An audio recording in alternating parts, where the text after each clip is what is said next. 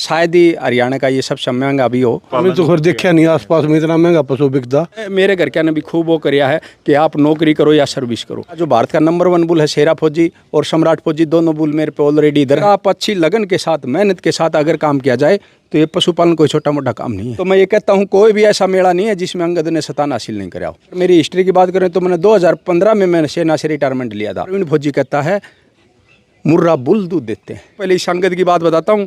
24,600 kg इसकी माँ का रिकॉर्ड है, नानी का रिकॉर्ड है 23,600 का है। 8,21,000 रुपये में आज सेल हो रहा है। और एक 2 साल के बुल के लिए आपने 8.25 लाख रुपए, इतनी कीमत कैसे क्यों दे दी? जब तक आप ब्रीडिंग के ऊपर काम नहीं करोगे, नस्ल संवर्धन के ऊपर काम नहीं करोगे, आप आगे नहीं बढ़ सकते। अब तक करोड़ों रुपए के ये फौजी साहब अपने पशु बेच चुके हैं। आपने हिंदुस्तान में क्रिकेटरों से लेकर कबड्डी प्लेयर और बहुत सारे ऐसे खिलाड़ियों की बोली लगते देखी है, लेकिन हरियाणा के जब पशुओं की बात आती है तो उनकी बोलियां भी करोड़ों तक जाती हैं। कई ऐसे फार्मर हैं जो अपने पशु को बेचते ही नहीं हैं, चाहे कितने ही करोड़ उनको मिल जाएं, और कई ऐसे फार्मर भी हैं जो काफ़ी महंगे दामों में अपने पशुओं को बेचते हैं। मेरे पीछे मैं बापुड़ा गांव में खड़ा हूं और मात्र 2 साल का ये बुल है, नाम है इसका अंगद, और 8,21,000 रुपये में आज सेल हो रहा है। इसे ख़रीदने वाले भी यहाँ मौजूद हैं। और 8 लाख रुपए का बुल शायद आपने काफ़ी कम ही सोचा होगा। अगर बात करें साल 1.5 साल का जब कटड़ा होता है तो उसे बेचने के लिए जो आदमी सोचता है हज़ारों में बातें होती हैं, 10,000, 15,000, 20,000 ऐसा ही, क्योंकि हम उस तरह की खुराक डाइट भी नहीं दे पाते या फिर उतना लगाव नहीं होता। मेरे साथ एक फौजी साहब मौजूद हैं और आर्मी से रिटायरमेंट के बाद इन्होंने पशुओं से इतना लगाव कर लिया कि अब तक करोड़ों रुपए के ये फौजी साहब अपने पशु बेच चुके हैं। और फ़िलहाल भी जो ये आपको आकर्षण का केंद्र दिख रहा होगा, बहुत सारे लोग यहाँ खड़े हैं, मेरे पीछे भी बहुत सारे लोग बैठे हैं, क्योंकि 8.25 लाख रुपए की बात है। और अमूमन इतने रुपए का कोई भी काफ है या फिर कोई पशु नहीं बिकता है। फ़िलहाल इनसे बात कर लेते हैं। प्रवीण जी, आपका बहुत बहुत स्वागत है। नमस्कार जी। सर्वप्रथम तो मैं आपका भी धन्यवाद करना चाहता हूं जो आप अपना टाइम निकाल करके प्रवीण मुर्रा फार्म पे पहुंचे। अच्छा, ये कमाल कर दिया। अब तक काफ़ी कह सकते हैं कि कई लाख रुपए के आपने पशु बेचे हैं और अब तक करोड़ों रुपए के रिटायरमेंट के बाद पशु बेच चुके हैं, और मात्र 2 साल का कटड़ा ये आप बेच रहे हैं 8.25 लाख रुपए में। सर मैं बात करूं तो देखो, वैसे अगर जा छोटी उम्र की बात करूं तो सबसे महंगा शायद ही हरियाणा का ये सबसे महंगा भी हो, और वैसे मैंने इससे महंगे महंगे खरीदे भी हैं। आज अगर मैं बात करूं, मेरे पास जो सम्राट फौजी और शेरा फौजी नाम के जो 2 बुल हैं, जो शेरा फौजी आज भारत का नंबर 1 बुल है, जो करोड़ों रुपए की कीमत का है, जो आप अभी अभी कह रहे थे कि करोड़ों रुपए में भी न दें, तो मैं करोड़ों को नहीं, अगर अरबों की बात करें तो उस बुल को मैं अरबों में नहीं दे सकता। मेरे 2 बुल हैं जो सीमन पे हैं, और इससे भी मेरे को काफ़ी प्यार है। मेरे पूरे गाँव बापुड़ा का इसने पूरे भारत में नाम रोशन कराया है। मैं सर्वप्रथम इसको पंजाब में धनौला में ले गया था, तो उधर इसने प्रथम स्थान हासिल कराया था। उसके बाद मैं कुरुक्षेत्र मेले में लेकर के गया तो उसने 3रा स्थान हासिल कराया था। उसके बाद मैं श्रीगंगानगर में ले गया था राजस्थान में, तो इसने 2रा स्थान हासिल कराया था। तो इसकी उपलब्धि की बात करूं तो इसने इतने कम दिनों में, छोटी उम्र में, मैं ये 22 महीने का इसको अपने घर से बाहर ले जाना शुरू कराया था। तो उसके बाद से लेकर अभी तक की बात करूँ तो मैं ये कहता हूँ कोई भी ऐसा मेला नहीं है जिसमें अंगद ने स्थान हासिल नहीं कराया। अच्छा, आपने इसका अंगद नाम रखा? अंगद नाम रखा, और अंगद भी इसलिए रखा था जिस भी मेले में गया तो कितने बड़े बड़े बुल आ गए, लेकिन इसने वो अपनी पोजीशन हासिल करी। इसने अपने आप को ये दिखाया है कि मैं इस मेले में आ गया तो फूल बंधवा करके ही निकलूँगा। अच्छा, आज आपने जैसे कह रहे हैं कि कुछ आपके पास ऐसे बुल हैं जिनको आप सेल नहीं करें, जी। चाहे वैसे करोड़ों रुपए कोई देगा, जी, लेकिन आज इसको बेच रहे हैं। और जब आपको फ्यूचर इसका लग रहा है कि इतना ब्राइट हो सकता है जी, तो आज बेचने के लिए क्या दिमाग में आपके आया? सर अभी आपको पता है भाई, जब तक किसान अपने पशुओं को बिक्री नहीं करेगा तो उसके पास आमदनी की भी होएगी, उसका जरिया भी होता है। हर पशु रखा भी नहीं जाता। तो उसका मैं ये कहूँ, मेरे पास ऑलरेडी भाई 3-4 बुल हैं, और मैंने आपको बताया जो भारत का नंबर 1 बुल है शेरा फौजी और सम्राट फौजी, दोनों बुल मेरे पे ऑलरेडी इधर हैं। जो शेरा फौजी है वो अपने सीमन बैंक पे गया हुआ है। और आप लोगों को बता देना चाहता हूं, अगर मेरी हिस्ट्री की बात करें तो मैंने 2015 में मैंने सेना से रिटायरमेंट लिया था।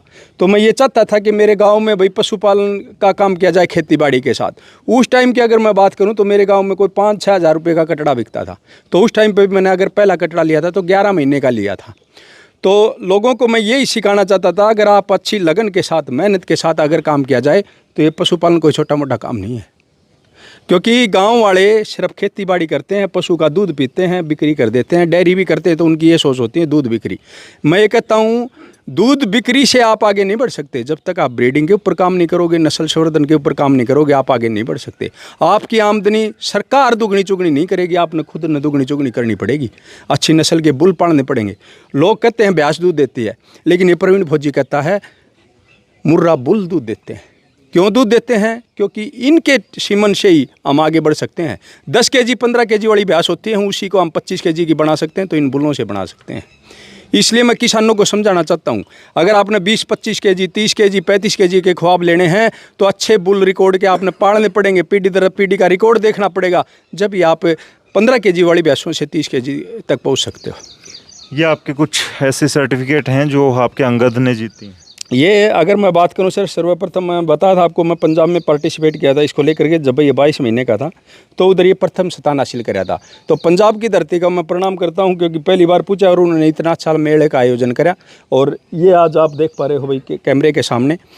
और दूसरी मैं बात करूँ, जो कुरुक्षेत्र मेले में लेकर के गए थे तो उधर इसने तीसरा स्थान हासिल कराया था। और राजस्थान श्री गंगानगर की बात करें तो उधर इसने दूसरा स्थान हासिल कराया था। तो ये मेरे पास सर्टिफिकेट हैं। और दूसरी इसके बारे में कहना चाहता हूँ, ये भाई ने लिया है, प्रमोद भाई ने, और बहुत बड़ी हिम्मत है। देखो एक किसान के पास से इतना रुपया भी मैं बड़ा ही मानता हूँ, कोई छोटी मोटी बात नहीं है। लेने वाला तो ये सोचता और महंगा बिके दे, और ये सोचता आदमी के जितना सस्ता मिल जाए उतना। लेकिन मैं अगर बात करूँ तो इनकी कोई कीमत नहीं होती। आज मैं बात करना चाहता हूँ जिसको पूरा हरियाणा जानता है, सुंदर नाई भी है, जिसको 30 साल तो कटिंग करते होगे। इसकी कटिंग भी आप देखते हो। आज भारत में कोई दूसरा चेहरा नहीं है कि सुंदर नाई से फालतू की कोई कटिंग करता हो। इसकी आँखों की जो देखते हो बनावट, चेहरे की बनावट, पीछे की बनावट, मतलब कंपटीशन में एक एक बाल देखते हैं। तो इसने आज मैं बात करूं तो 6 महीने पहले इस भाई ने कटिंग करते समय ये बात बोला था, बोला भाई प्रवीण तो इसको मेले में ज़रूर लेके जाना, अगर जाए इसकी पोजीशन नहीं लगेगी तो हम उस तरह फेंक देंगे, यानी कि कटिंग करना ही छोड़ देंगे। आज ये वो हीरा खड़ा है कि इसकी कोई पोजीशन नहीं काट सकता। और मुझे खुशी होती है कि ये इतनी अच्छी चीज़ ये प्रवीण मुर्रा फार्म पे है, और आज इतनी अच्छी चीज़ भाई के पास जा रही है। कोई तो बेच के वो करता है, लेकिन मैं बिक्री नहीं कर रहा। जहाँ तक जब आपका नाम भी जब ही जाता है जब आप उस बीज को फैलाओगे। एक जगह बीज रखने से कभी बढ़ोतरी नहीं होती। तो आज हम ये सोचते हैं कि यह अच्छी चीज़ दूसरी जगह भी जाए, और पूरे हरियाणा में, राजस्थान में, हर ज़िले में भाई इससे अपना नाम कमाए। तो एक आदमी सरकारी नौकरी से ज़्यादा कमा सकता है पशुधन के साथ भी, आप कहना? सर मैं ये कहना चाहता हूँ, जो भी अगर नौकरी के पीछे भागते हैं, उसने एक भैंस एक बार रख के देखो, 2 भैंस रख के देखो। मैं ये कहता हूँ, एक तो उन भैंसों के दूध से आपके बच्चों की सेहत स्वस्थ रहेगी। जो बूढ़े माँ बाप हैं उनको भी एक बढ़िया दूध पीने का मिल जाएगा बुढ़ापा में। अगर कोई भी पशु, ये कोई किसान मेरे को आके कह दे पशुपालन धोखे का सौदा है, धोखे का नहीं है। आदमी धोखा करता है, पशुपालन कभी धोखा नहीं करता। चलिए प्रमोद भाई, 8.25 लाख रुपए काफ़ी ज़्यादा हो जाते हैं, और एक 2 साल के बुल के लिए आपने 8.25 लाख रुपए, इतनी कीमत कैसे, क्यों दे दी? मैंने इसलिए दी कि मैंने पहले भी एक कटड़ा तैयार कराया था, जिसने अटेली ताजपुर में कोरोना के बाद पहला मेला लगा था, और मैंने ऐसे ही शौक में उसको तैयार कर लिया। भैंस के साथ आया था, ना उसका रिकॉर्ड था ना कुछ और था। तब मैंने वहाँ जाके देखा तो उसने वहाँ 2nd पोजीशन हासिल की। ना मैं कटिंग करवा के लेके गया, विदाउट उसके गया था, ऐसे ही ले गया, नज़दीक था चला गया। उसके बाद से शौक लग गया। फिर इसके बाद मैंने पता चला कि पशुओं में कैसे कैसे क्या करना पड़ता है। मेरे घर में पहले हमने देखी थी 10 किलो 12 किलो दूध की भैंसें होती थी। पापा मेरे साथ खड़े हैं, ये मेरे पापा हैं, ठीक है। और अब मेरे पास है ना 21 किलो 680 ग्राम दूध 2nd टाइम में भैंस ने दे रखा है। वो भैंस मेरे पास खड़ी, वो सिर्फ इस शौक से ही, और इनके मैंने पता चला कि बुल में क्या क्या होती है, कौन से बुल का सीमन यूज़ करना चाहिए, इसलिए मैंने कहा। अब मैंने काफ़ी वो किया है कि अपने एरिया में किसी को कईयों को बताने की कोशिश करी, नहीं माने। कईयों कहता हूँ इतने महंगे बुल होते हैं, कोई विश्वास नहीं करता है। तो मैंने ये सोचा है कि एक बुल लेके अपना भी नाम किया जाए और अपने एरिया में नस्ल सुधार भी की जाए। उस पर्पज़ से मैंने ये बुल ख़रीदा है। तो आप सीमन पे काम करेंगे इसलिए? बिल्कुल सीमन पे काम करेंगे, और इसका जो ओरिजिनल सीमन देंगे, और बिल्कुल ये जेन्युइन सीमन देंगे उसके लिए। तो आपको लगता है कि ये आपके के लिए, और दूसरा हम इसको शो के लिए, तो इसकी रिकवरी आपको हो जाएगी 8.25 लाख रुपए की? बिल्कुल हो जाएगी। कितने पशु रखते हैं आप? मेरे पास फ़िलहाल 3 पशु हैं, चौथा ये जा रहा है।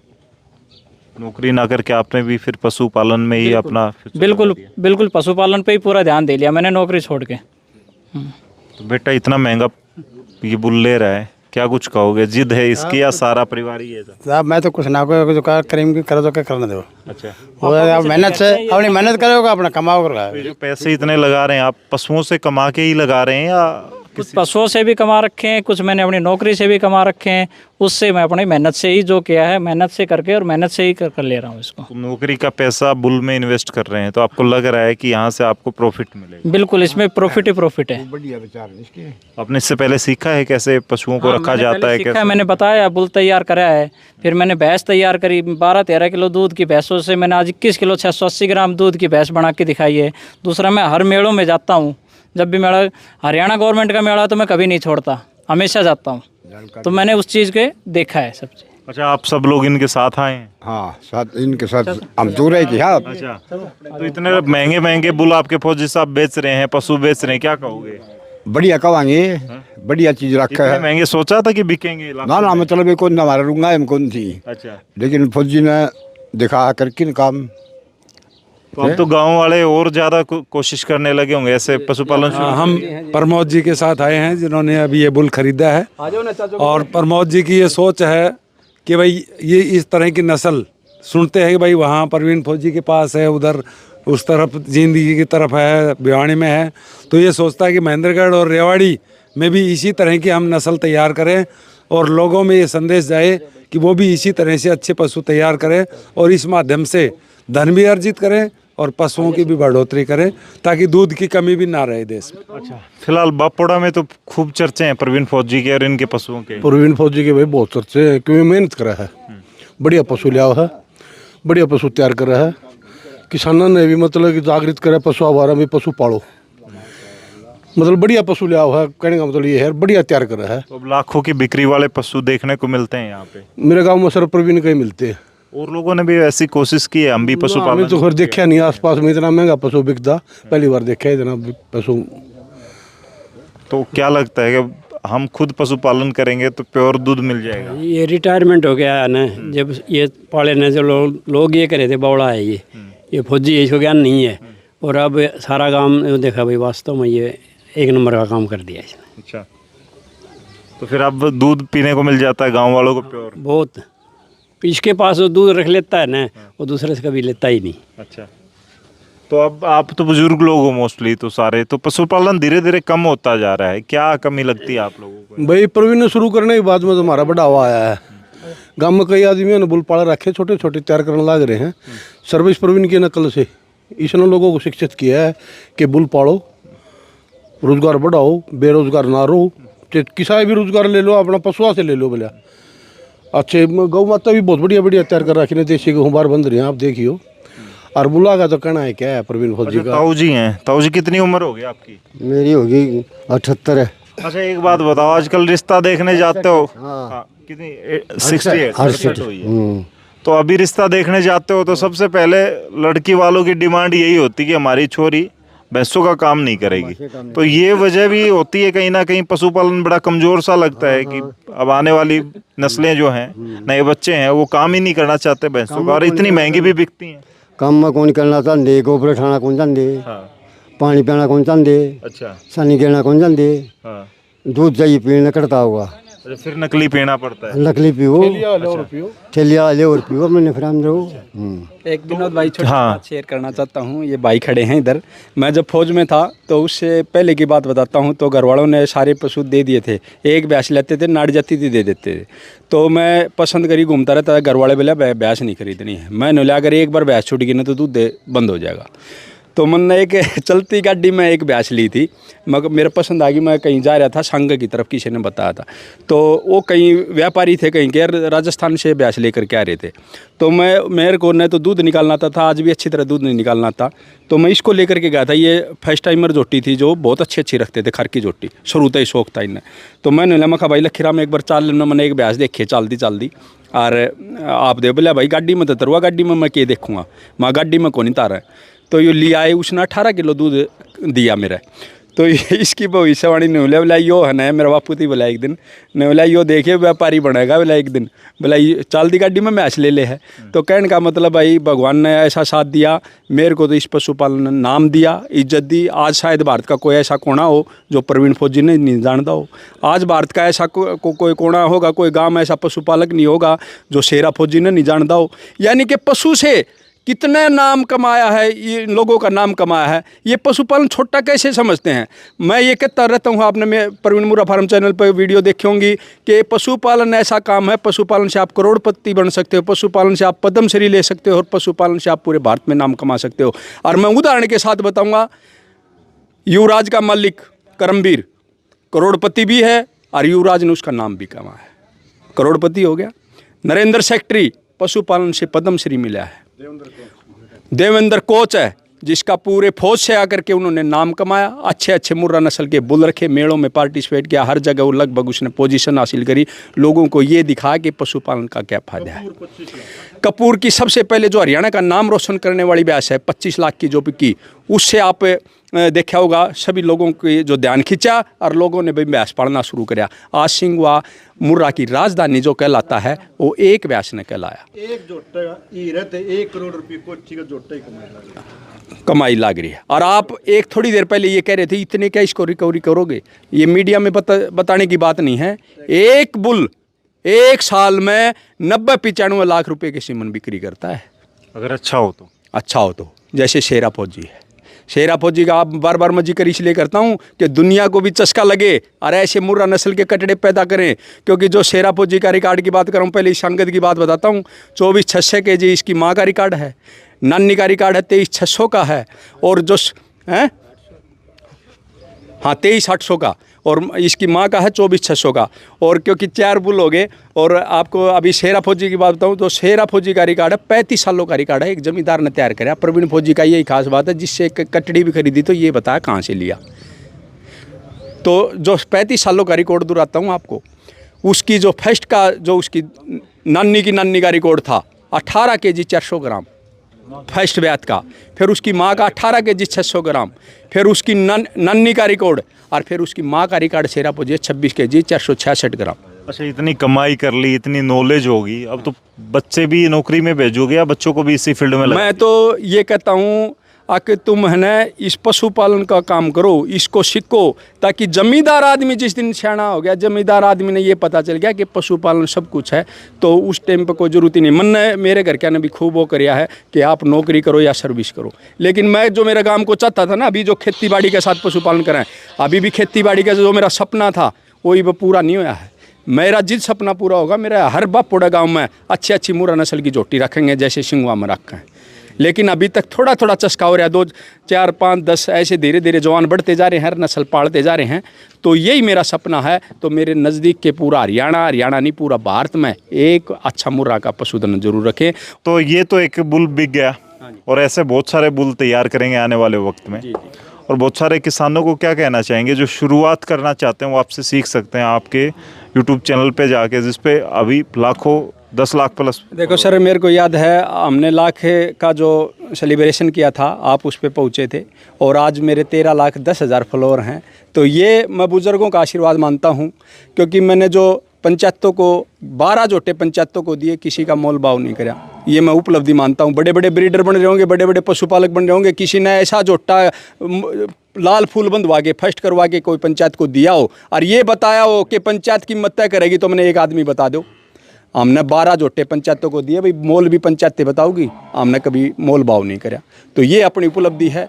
कोई भी भैंस की अगर बात करूं तो मैं आज नाम भी लेके गिनाऊं तो उनके आज इतने फायदे हो रहे हैं। उन गांव में आज कोई भी 15 kg दूध की फर्स्ट टाइमर जोटी नहीं आती।